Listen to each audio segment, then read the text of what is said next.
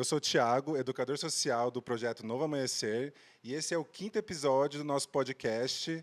A gente vai tratar hoje sobre territórios. Eu estou aqui com a minha parceira, Mari. Mari, você podia se apresentar, por favor? Eu sou a Mariana, psicóloga do projeto do Novo Amanhecer, aqui do CPTI. E, gente, hoje a gente está aqui com um convidado muito especial, o Ari Vieira. E a gente vai conversar com ele sobre o território e qual que é a importância, né, desse território para a nossa criação, para a nossa identidade, né? Porque, na verdade, ele tem muita... eu vou usar um exemplo, né? Eu estava conversando com meu sobrinho e ele estava falando sobre um aplicativo que chama Omegle, que está muito famoso atualmente, né? E ele falando que conversou com uma pessoa da Irlanda, uma pessoa do Canadá, e aí eu perguntei para ele, e com o seu vizinho, você conversou hoje? Você deu uma volta no seu bairro hoje? E eu acho que é sobre mais ou menos isso, né, Ari, que a gente vai conversar hoje. Ari, boa tarde, né? Boa tarde, Thiago. E a gente gostaria de saber um pouco sobre você. Quem é o Ari pelo próprio Ari?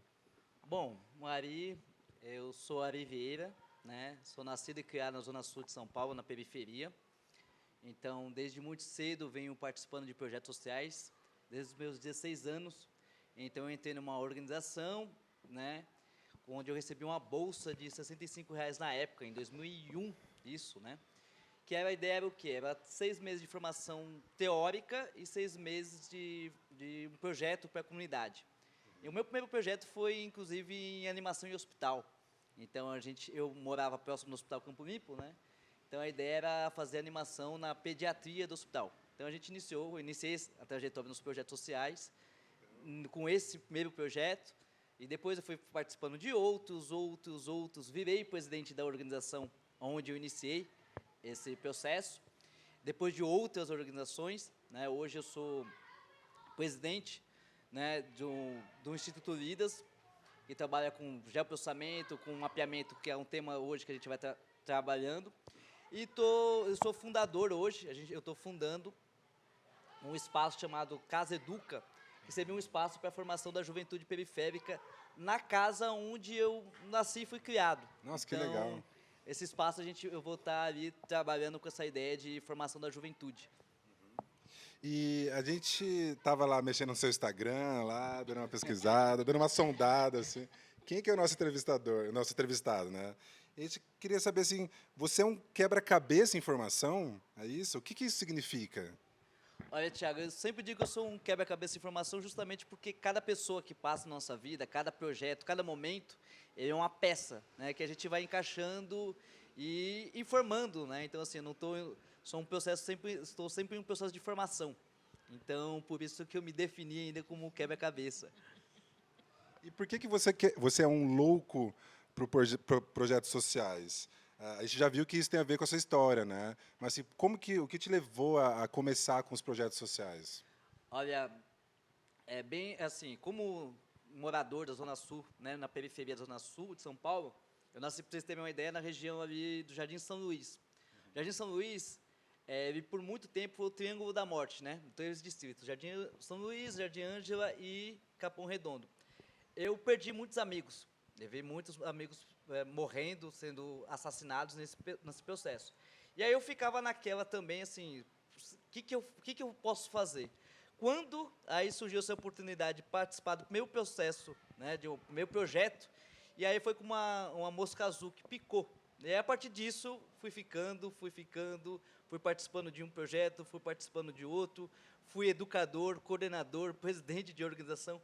Então, essa minha vida, né, essa minha história de projeto social vem muito de entender a minha realidade, né, da onde que eu estou e por que eu estou fazendo isso. Não é à toa que esse último projeto que eu tenho desenvolvido é um pouco da evolução para o território, né? Eu aproveitei o espaço da casa onde eu morava, fui criado, minha mãe faleceu, a casa ficou vazia, e eu falei, poxa, por que não fazer um trabalho, um projeto para a juventude? Então, eu estou, em vias de fato, pensando nesse projeto para a juventude, nesse processo de formação da tecnologia, com o território, uma outra linha, que é uma linha que minha esposa traz, um pouco da ideia de autoconhecimento, então, trabalhar com terapias, né? Então, é um processo aí que eu venho, desses mais de 20 anos trabalhando nessa área social, foi onde me movimenta, né? Eu não consigo me ver fora. Às vezes a gente faz, dá uma respirada e pensa sair disso, não, porque isso aqui é exaustivo, mas em outro momento você fala assim, não, se a gente não tiver continuidade com a luta, não tiver continuidade com nos projetos, a situação de vida nunca vai mudar.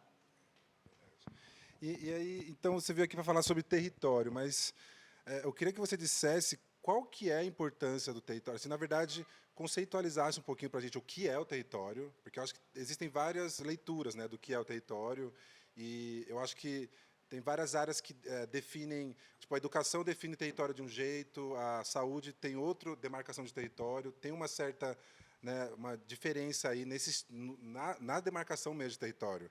Mas eu gostaria que você conceitualizasse para a gente o que seria o território e qual que é a importância do território para as comunidades.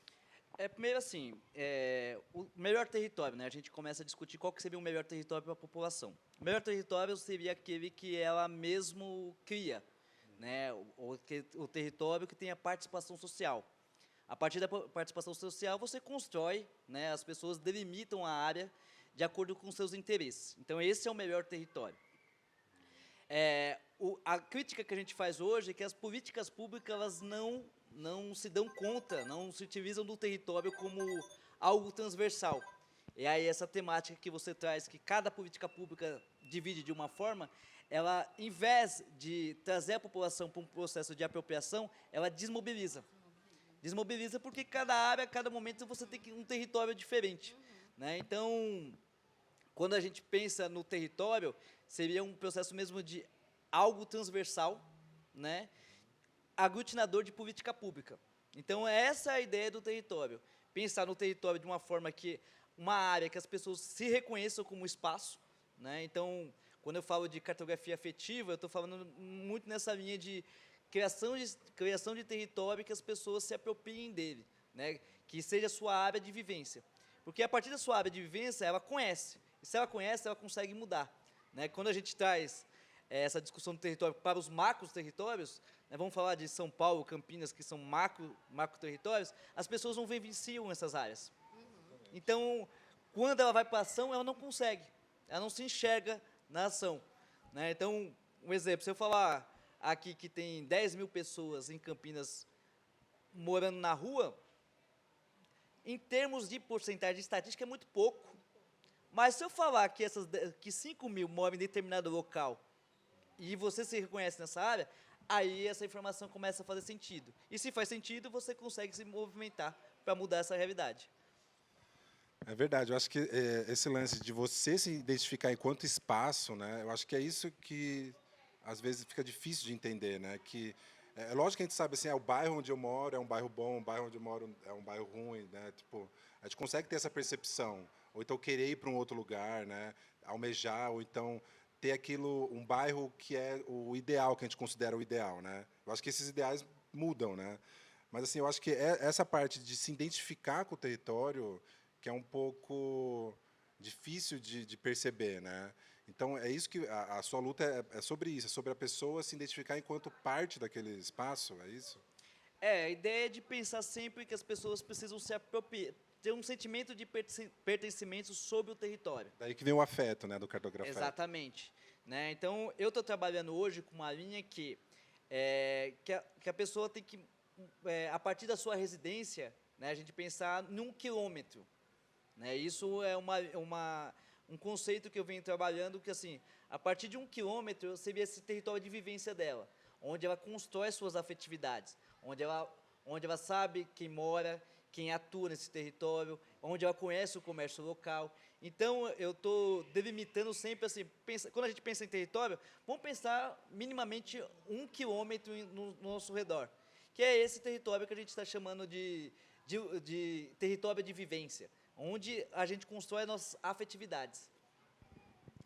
E aí, quando você diz assim que essa discrepância entre essa delimitação de territórios gera uma falta de política pública, você acha que isso é uma coisa inerente do sistema, uma desorganização, é uma coisa proposital para desmobilizar as pessoas? Como que você enxerga isso? Você acha que isso é um defeito mesmo do nosso sistema atual?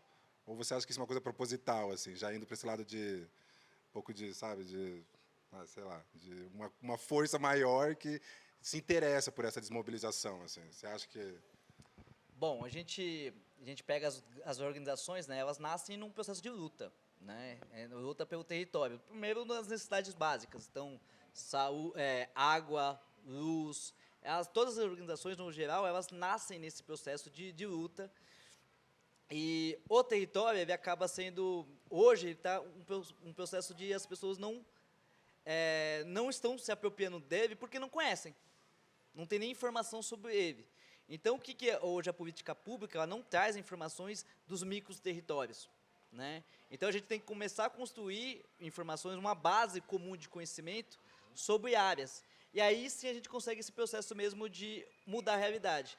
E esse que você traz de proposital é um pouco como funciona a política pública hoje, né? Ela funciona muito bem em macro, mas no micro ela não tem tanta atuação. Inclusive, ela faz o quê? Ela terceiriza essa atuação para as organizações. E você podia falar, então, um pouco do... Porque o Cultura Educa é isso, né? Você podia falar um pouco de como que funciona, como que faz o demarcar... Essa história de um raio de 1 quilômetro vem daí, né? Vocês estão usando isso no Cultura Educa. Como que é isso? Explica para mim. Cultura Educa é uma plataforma hoje, né, idealizada pelo Instituto Lidas, no qual eu sou presidente. E o Cultura Educa, culturaeduca.cc, né? .cc justamente porque é uma linguagem de código aberto.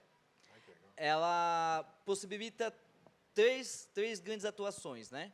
Primeiro é você consultar os equipamentos públicos. Hoje a gente tem 4 grandes blocos de base. Então, educação, saúde, assistência social e cultura. Então, você pode pesquisar isso a nível nacional, tá? Então, a gente entrou nesse processo de geocodificação e as bases estão disponíveis.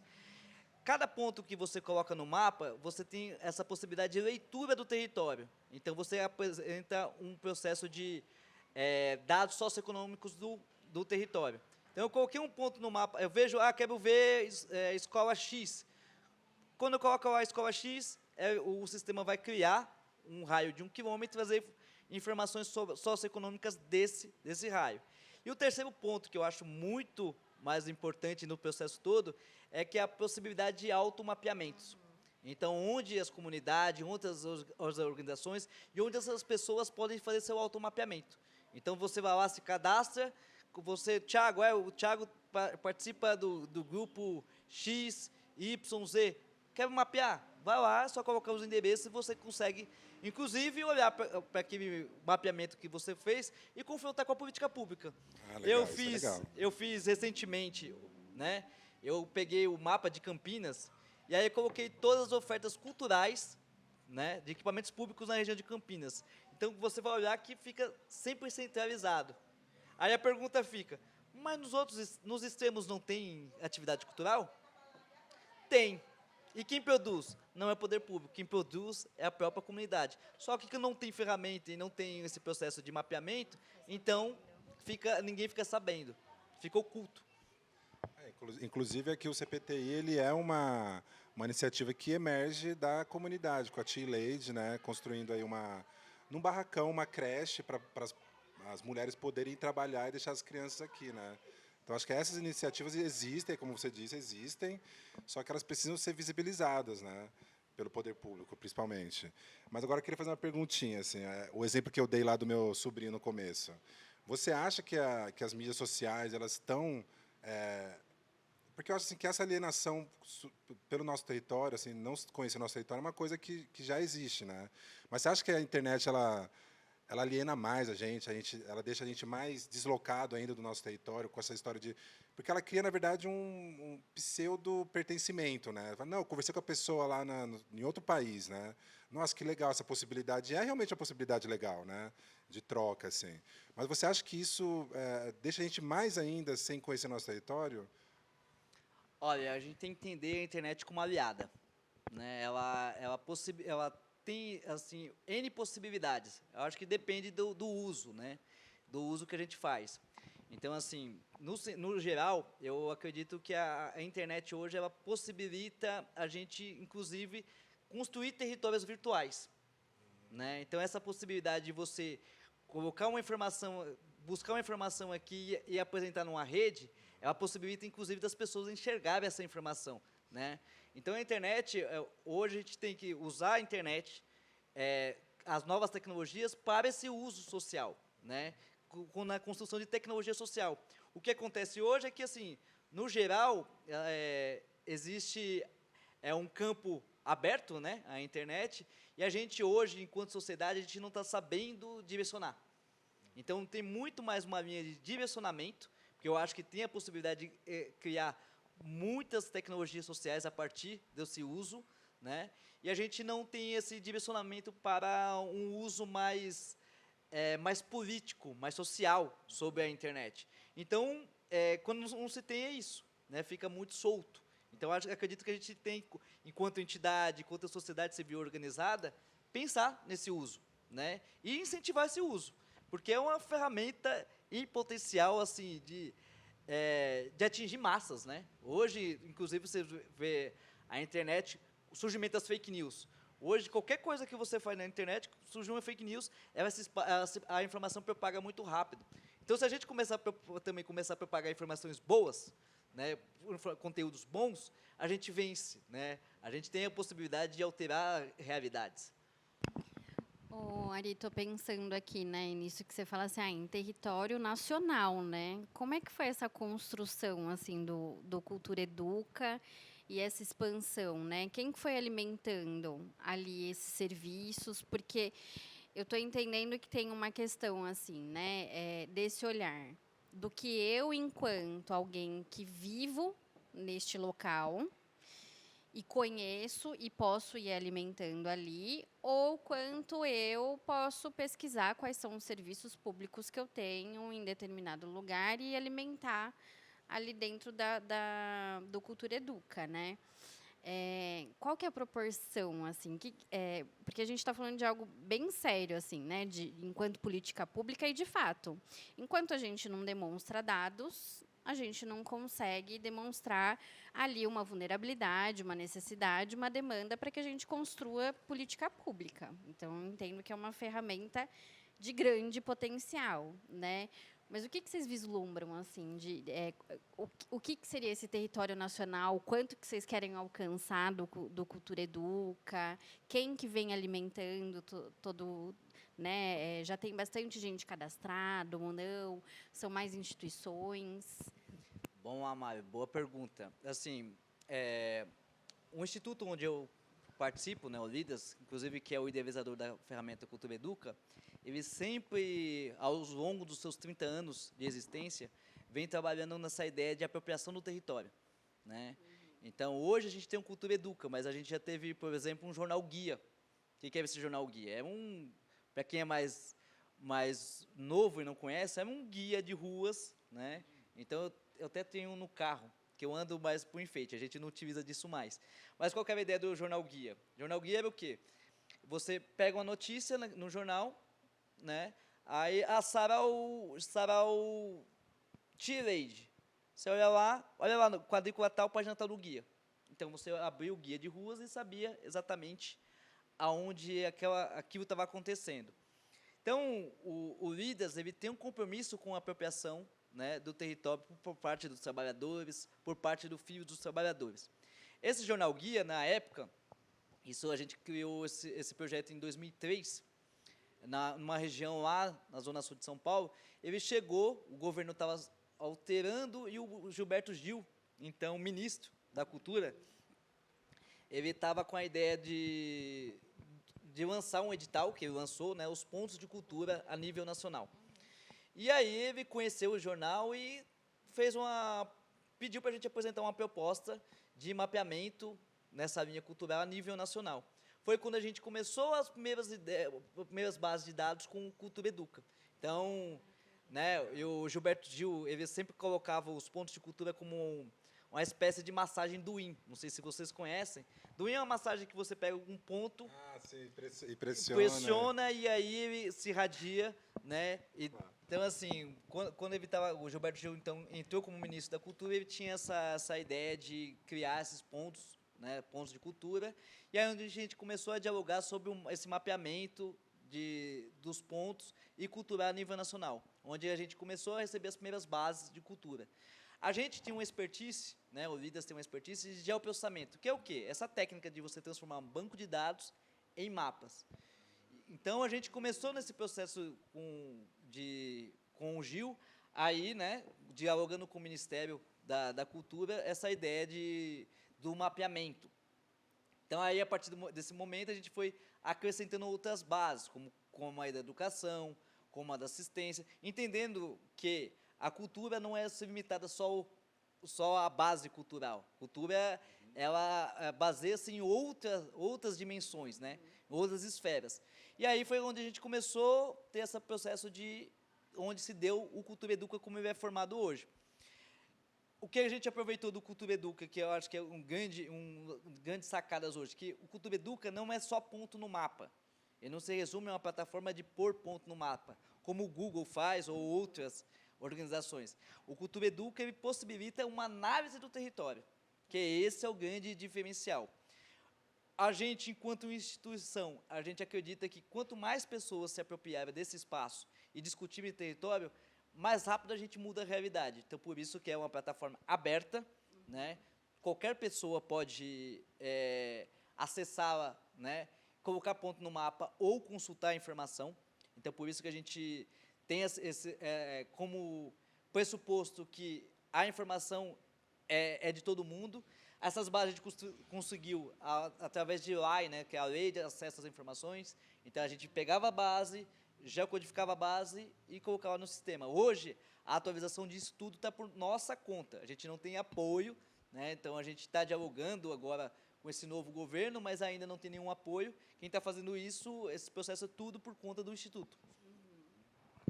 E você acha que o governo anterior influenciou aí nesse apoio que vocês têm? Como que foi o governo passado para vocês, assim? O governo passado, como todo mundo sabe, fechou as portas para a sociedade civil organizada. A gente não teve diálogo nenhum, né? Inclusive, um dos pressupostos da própria plataforma é a utilização da base censitária, né, do censo. Então, o censo, por exemplo, atrasou, né? A primeira vez na história que a gente tem um censo tão demorado. O censo normalmente funciona a cada 10 anos. A gente está para 13 anos, essas informações não estão disponíveis, né? Porque o censo faz um raio-x do Brasil. O que não era interessante, né? Nada interessante para o governo que estava, né? Porque a gente discute muito, o desemprego aumentou, as pessoas estão passando fome, mas como que se lida, como que se trata dessa com informação oficial? Não tem. Então, não se teve, né? Então, em termos de pensando como organização civil, o governo passado ele não contribuiu com nada, né? Não teve nenhum tipo de contribuição, ele simplesmente fechou as portas. E eu acho que isso mostra como é importante isso que vocês fazem, né? Eu acho que trazer essa identidade, assim, eu acho que são várias pessoas de várias regiões, hoje aqui em Campinas, né, que vêm de vários estados, assim. Então, a cultura meio que se mescla com o território, se expande, né? Essa parte cultural do território influencia muito na formação. E também eu queria que você explicasse um pouco, porque assim, a gente fala muito de periferia, né, de centralização, mas qual que é o interesse em centralizar tudo ali, tipo, no Cambuí e expulsar todo mundo para a área periférica? Por que esse movimento assim que a gente vê em tantos lugares assim? Por que isso é importante? Por que isso é interessante para quem está para a classe dominante? E por que segue sempre esse modelo, sabe? Tipo, o centro e a periferia? É uma questão histórica, né? É uma questão super histórica mesmo. Então, por isso que a gente está nesse... Porque me lembra um lance meio feudal, né? Tipo, o castelo no meio e os camponeses em volta. Assim. Parece que é a mesma coisa, né? E, assim, por que eu falo né? Porque eu estou trabalhando já há alguns anos com essa temática do território, né? Porque eu acredito que o território, assim, ele também é um espaço de oportunidade. É um espaço de potência. Então, a gente, assim, às vezes a gente não precisa realmente vivenciar o centro, mas construir alternativas que a gente faça a autossustentação desses espaços. Então, pensar no território, a gente tem que pensar também não só nas fragilidades que existem, né, nas vulnerabilidades que existem, mas na contradição delas, que são as potências. Então, ali é enxergar e verificar quais são as potências que a gente pode desenvolver. A gente tem nos territórios muitos artistas. Eu acabei de chegar aqui, um menino ali, ó, tá atrás das câmeras, Verdade. ali fazendo um pitbox e assim. E toca piano, beatbox com piano ele faz. Então, quer dizer, é um artista. E aonde que a gente Eliezer, consegue... grande Eliezer. E aonde que a gente está dando espaço e voz para ele se apresentar, né? Então, assim, é importante a gente identificar quem somos nós, né? E essa possibilidade de potencializar. Então, a gente acaba muito entrando, inclusive, nessa disputa, né? De centro e periferia e esquece, talvez, de também... Né? Claro que a gente tem que brigar por recurso público. É uma grande questão que a gente tem que brigar. Recurso público tem que ser para a política pública, e a política pública tem que agir aonde há necessidade. Esse é o caminho que a gente tem que fazer. Mas a gente não pode esquecer das potências.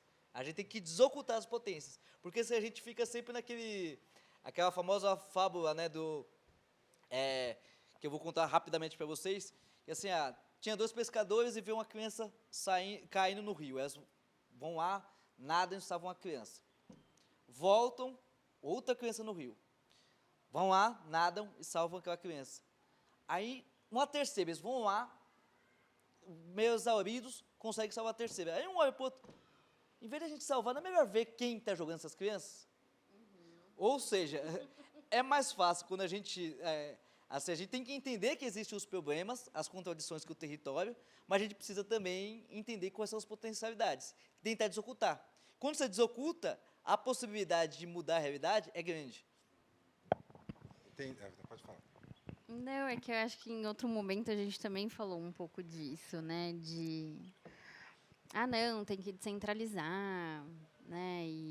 Mas essa galera ainda continua acessando, né, o centro da cidade ou não. Teve um outro momento de podcast aqui que a gente estava conversando e a gente lembrou, assim, aquela região que você estava lá hoje, da região noroeste, aquilo lá cresceu num tanto, né? A gente não tinha banco, por exemplo, naquela região.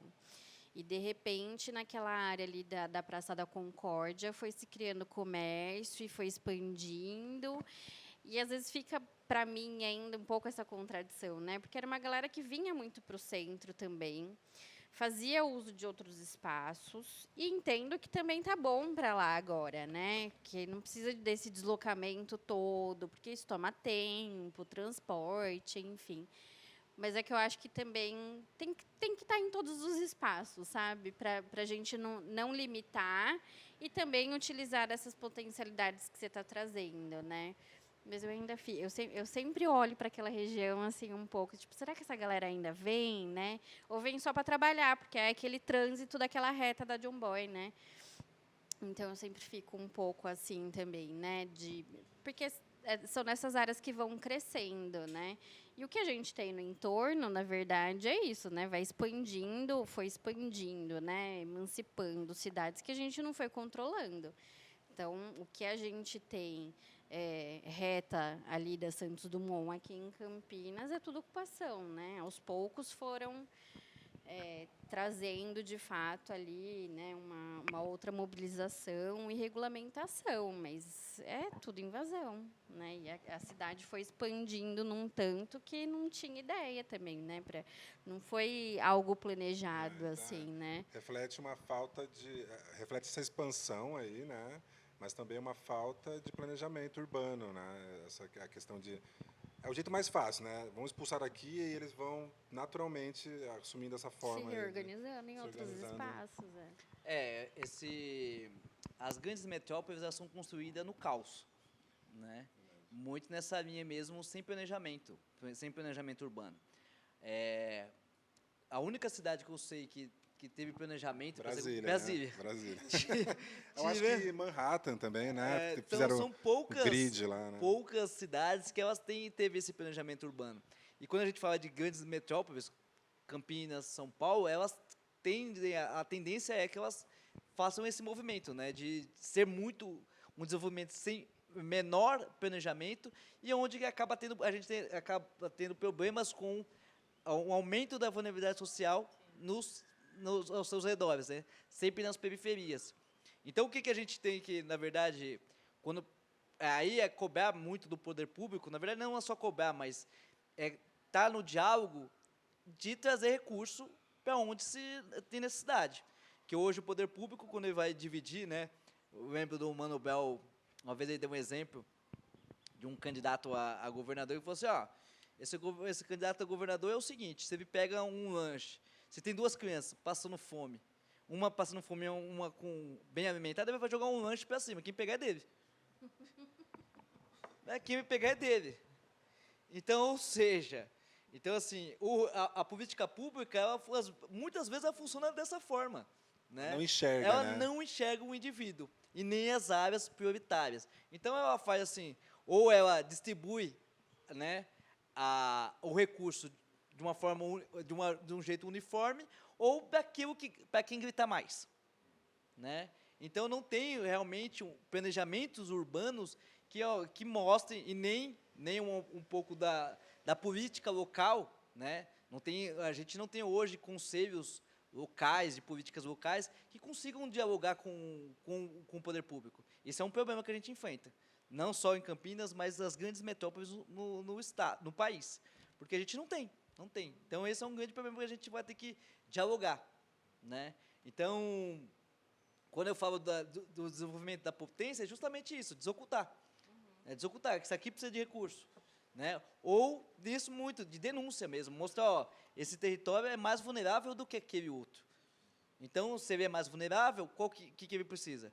De mais recursos.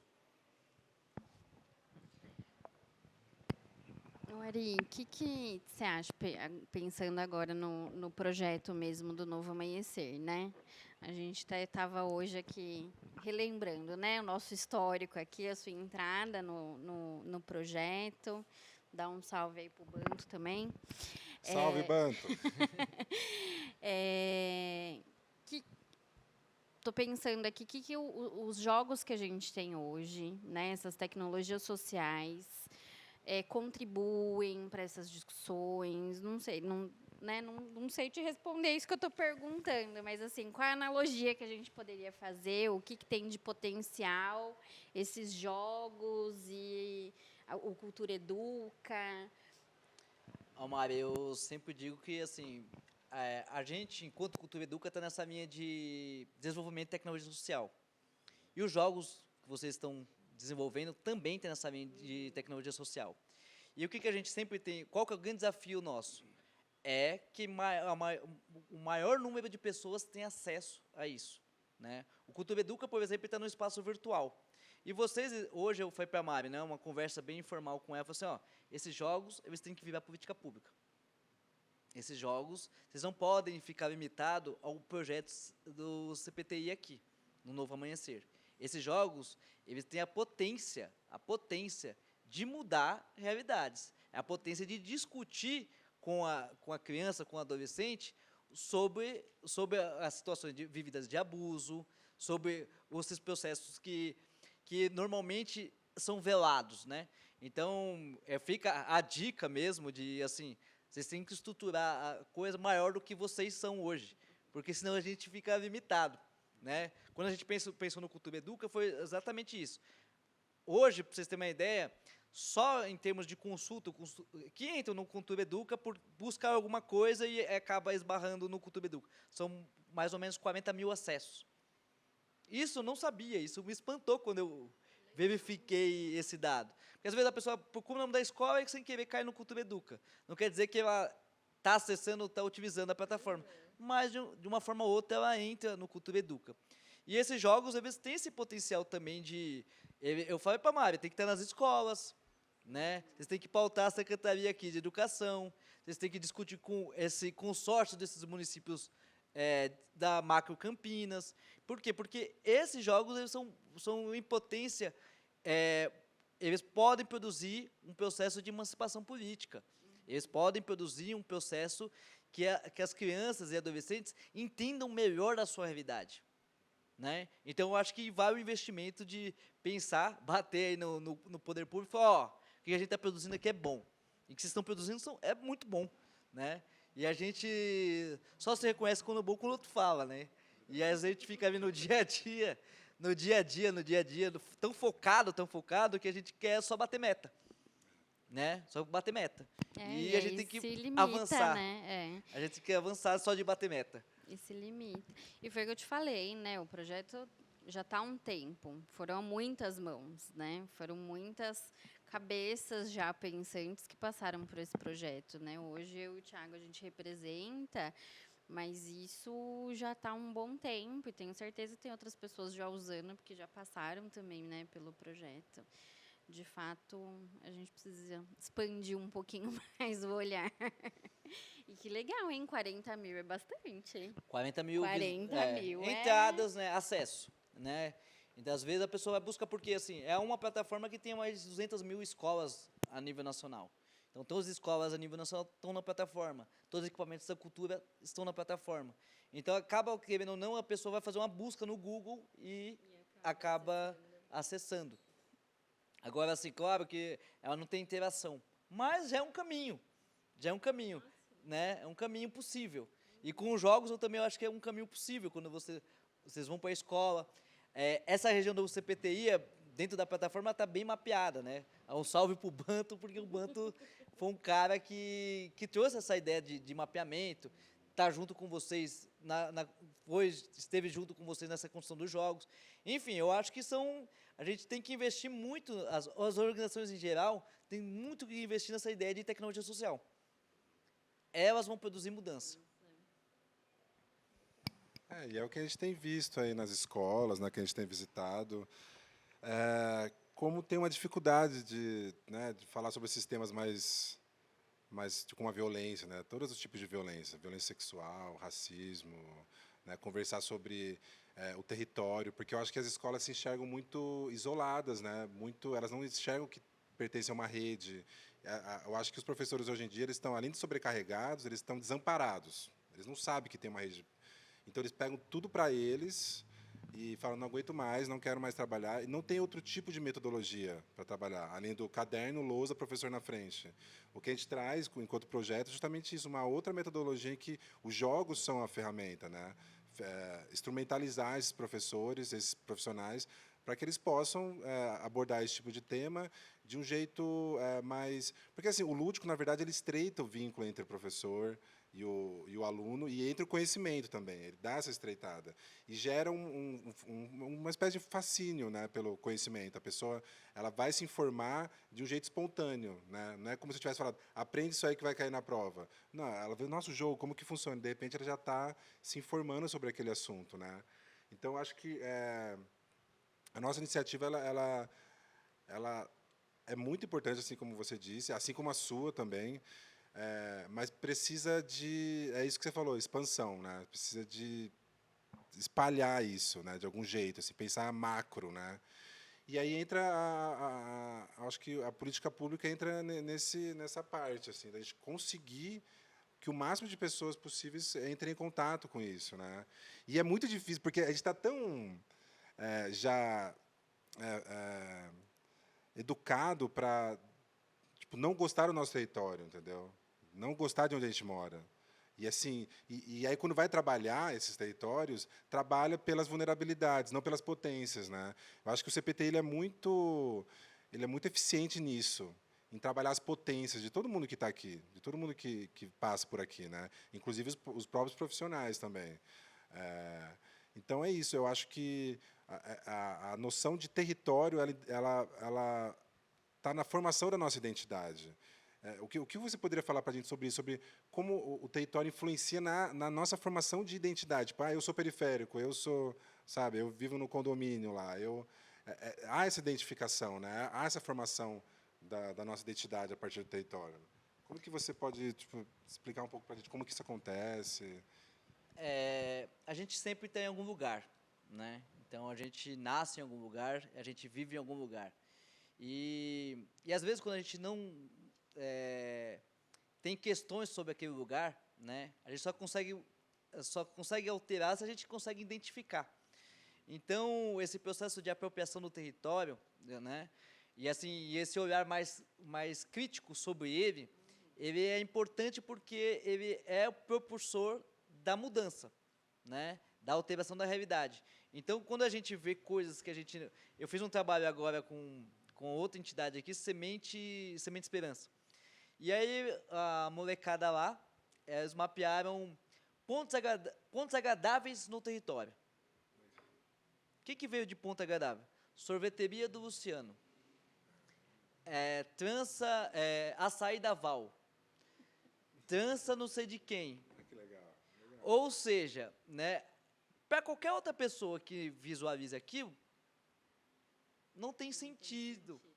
Mas para eles tem sentido, porque de alguma forma esses espaços constroem afetividade com eles. Né? Então o território ele tem que ser lidado como esse espaço de afetividade. Né? E esse espaço também de ponto desagradável. Córrego. Por que o córrego é desagradável? Porque é sujo, tem lixo, cheira mal. Então, só nesse processo ali, né, bem simples, com duas perguntas, a gente, nessa atividade, a gente não delimitou o que é agradável, o que é desagradável, né, a gente não criou conceito, simplesmente pediu para eles fazerem um mapeamento, mostra esse tipo de afetividade que eles têm com o território. Né? Então, o território ele acaba sendo um espaço de afetividade. Eu acho que tem muita ligação, Ti, com o que você estava falando também, né? Quando você fala assim, da metodologia e tudo mais, e de um aprendizado que ele precisa estar nesse sentido. Porque se ele não tem afeto, eu também não consigo trazer sentido, né? Eu não vivencio aquilo de fato, entro em contato para que isso faça parte da minha identidade. Né? E o sentido que eu dou para aquilo, porque cada um pode se identificar do território de diferentes formas, né? Eu vou identificar lugares de diferentes formas, né? Porque é o sentido que isso tem para mim. E eu acho que o sistema ele age principalmente nisso, né? Transforma você em robô. E a partir do momento que você é um robô, você não tem sentimento. Então, tipo, ele tira o sentimento, tira o vínculo, como se fosse um demérito, uma fraqueza, né? Um aspecto de fraqueza do ser humano. Não, você não pode demonstrar sentimento. Você não pode. E aí, sempre que a gente vai nos lugares, eu falo: a principal ferramenta do CPTI aqui, a nossa principal arma, é o vínculo e criação de vínculo, né? É o afeto. Então, as pessoas deixaram de. Eu acho que, principalmente nas escolas, assim, de se preocupar em criar esse afeto. Eu estou falando assim, tipo, lógico que tem professores que são ótimos nisso, e muitos professores criam vínculo com os alunos, eu não estou falando isso, estou falando um aspecto geral, assim, que deixou de ser uma preocupação isso. Né? Eu acho que a partir do momento que deixa de ser uma preocupação, aí que os problemas começam a escalonar, né? Começam a aumentar cada vez mais. Essa falta não, é aquilo que você falou, não enxergar mesmo. Simplesmente não entra nem na pauta o vínculo e o afeto. Né? E assim, hoje, esse sistema que é presente no nosso dia a dia, meio que ele cria isso, né? Quanto menos você tiver de conhecimento, melhor para o sistema. Né? Então, quanto menos você tiver, menos você questiona. Né? Então, tem essa construção, né? O sistema constrói pessoas menos pensantes. Né? Outro ponto, matar a criatividade. Então, você pega qualquer criança, adolescente aqui, principalmente nas regiões periféricas, são criativos pra caramba. E é o que eles tiram primeiro, né? A arte, né? Tira a arte, tira a música. Exato, por quê? Porque justamente, com a gente, no dia a dia, a gente tem que ser criativo. Se você não tem um microfone, você tem que criar um movimento de ter um microfone aqui. Né? Então, se você não tem uma câmera, você vai construir uma câmera. Porque no dia a dia você precisa ser criativo. Né? Senão você não sobrevive. É muito assim, na periferia é a lei da adaptação. Se você não consegue se adaptar àquele espaço, se você não construir, se não for criativo, você morre. Você morre. E o sistema que cada vez menos, então por isso que a escola hoje, de uma forma ou outra, eu sempre entro numa escola, eu tenho medo de entrar em escola. Porque eu também. Virou assim, o formato é muito parecido com um presídio. Presídio, cara. Um presídio. A arquitetura do negócio é um presídio. A arquitetura. Então, assim, como que a gente dialoga com as crianças e adolescentes? E, assim, não estou nem culpando a estrutura dos professores, porque os professores, cada vez, estão mais doentes. Porque é aquilo, né? Você está ali dando murro, dando cabeça, a cabeça dói. Né? E qual que é o processo? Hoje existe uma lei que estão discutindo ter psicólogos nas escolas. O governo não quer aprovar isso. Foi vetado aqui, né, no Não estado. quer aprovar isso. Por que será, né? Né? Não quer, porque assim, é necessário. A gente está falando de saúde mental, é uma questão Não, política pública. É um psicólogo para 10 escolas ainda, né? E foi isso que foi vetado. Já é muito pouco profissional por escola. Né? Pô, como que o cara vai... Aí eu lembro até que falaram assim, não, mas é por grupo que ele faz lá a terapia. Então, é isso, sabe? Eu não sei se não está permitido falar de sentimento, né? Até porque a gente expressa isso de diferentes formas. E aí, quando a gente tem início do ano, assim, e esses atentados, e todo mundo olha e fala, então tem alguma coisa rolando mesmo, que a gente não está dando conta, por isso que a gente volta a falar dessa lei, né? Mas que também entendo, né? E falo tranquilamente sendo psicóloga também, que não é a gente que vai salvar, né? Acho que é um profissional necessário, acho que a entrada de assistente social e psicólogos a gente pode avançar com muitas questões dentro da escola. Acho que a gente ouviu muito na conferência o ano passado, esse ano, não lembro, da criança e do adolescente, né? A pré-conferência, principalmente, essa questão, não, precisa ter psicólogo, precisa entrar, e a gente está adoecendo, né? Então, da molecada mesmo, dos adolescentes falando, a Conferência Regional da Juventude foi o mesmo movimento, teve moção, falando, olha, vetaram, por favor, precisa voltar a discutir psicólogos e assistentes sociais nas escolas, né? Que pode ser um caminho possível, né? Mas a gente tem muitas outras coisas para discutir e a gente de fora aqui falando da educação, né? A gente não é da educação e fica falando... Mas, enfim... Desculpa, educação. Porque é uma questão também, né? O que a gente faz desse ensino integral? Como é que a gente, de fato, tem estruturado tudo isso para uma instituição? Né? Quando você fala assim, das grades e parece... Não sei, para mim sempre pareceu, não sei se está pior, mas, enfim... Mas são instituições, e a gente sabe para que as instituições também servem. Né? A gente só precisa não se limitar, eu acho que é isso, né, que a gente está falando um pouco hoje, não se limitar só aí Exatamente. àquela vivência só, e que talvez é isso que a gente está desenhando e vai ficar uma demanda surreal para a escola, que ela não vai dar conta. E aí eu acho que é nessa leitura, sabe, que eu faço. Quando eu ouço os jovens nas conferências, assim, falando, não, tem que ter... É porque, assim, olha, a gente não está tendo mais figura de apoio, porque está todo mundo adoecendo lá dentro. Exato. E aí, o que a gente vai fazer com isso? A gente vai ter episódios de gente entrando com faca e esfaqueando todo mundo. E assim, Mari, a gente... Claro que a gente não...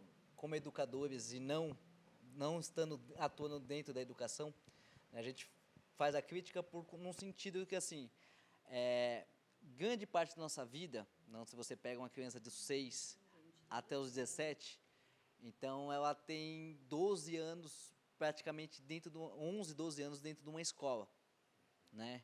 Então, a maior parte da sua formação é na escola. Então, enquanto instituição, o que a gente tem que fazer? Tentar discutir com a escola os jogos, tentar discutir com a escola a abertura para a comunidade, tentar com nossos crianças e adolescentes a criação de grêmios estudantis. Isso tudo vai fortalecer esse processo da educação. Né?